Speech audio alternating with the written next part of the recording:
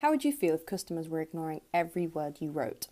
Sad, right? Then you need to keep watching because today we're going to look at the hard-working writers whose words are often overlooked. How's the writing going, Amy?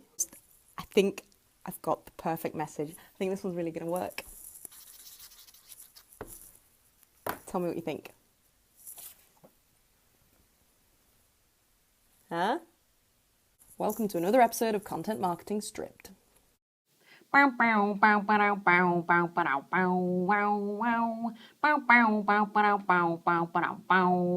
episode is all about getting people to follow your instructions. So in copywriting, this tends to be your call to action.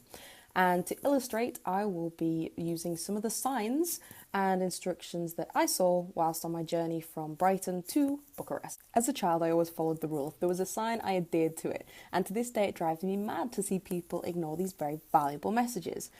But maybe it's not the reader's fault.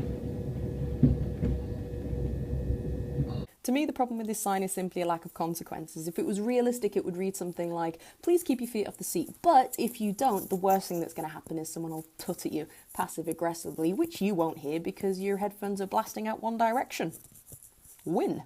If I ruled the world, the sign would read something like this. Unless you are physically unable to bend your legs, keep your feet off the seats, and if you don't, we'll take your shoes off and we'll glue you into a pair of flippers. And I would do it. They'd learn. So problem number one with this sign is lack of real consequence. If they don't take the action, nothing bad's going to happen. Here's another sign I saw on my journey. The good old safety instructions on an airplane, which nobody listens to anymore, to the point where you can actually hear the morale cracking when they ask you to watch it. Even if you are a frequent flyer, please take note of the safety instructions, and no one does because it's the same message that they've heard again and again. So I'd jazz it up. I'd include a raffle, and people like to listen to raffles because they're listening for their winning number.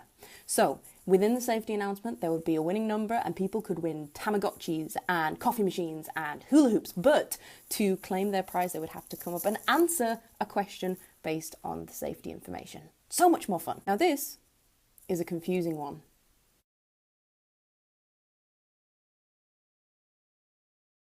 It's providing me help to dispense my cigarette ash, but I'm not allowed to create any cigarette ash. I don't know what to do. So, in summary, how do you avoid people ignoring your signs and instruction? 1, make sure that there's some kind of consequence for them ignoring it. Look at the episode on fear marketing of Content Marketing Stripped. Number 2, give them an incentive to listen. Make sure that you make it explicit as to why they're going to want to listen and follow your instructions. And 3, make sure that your sign is clear, it's not conflicting or confusing, such as the cigarette smoke sign. Okay, I'm off to prepare notes for tomorrow's workshop, which is all about writing engaging content online, available to all great companies that want to improve their online writing skills. I'm moving my eyebrows up and down in a kind of cheeky fashion, but I've just realised my fringe is too long. You can't see my eyebrows. Till next time, keep believing.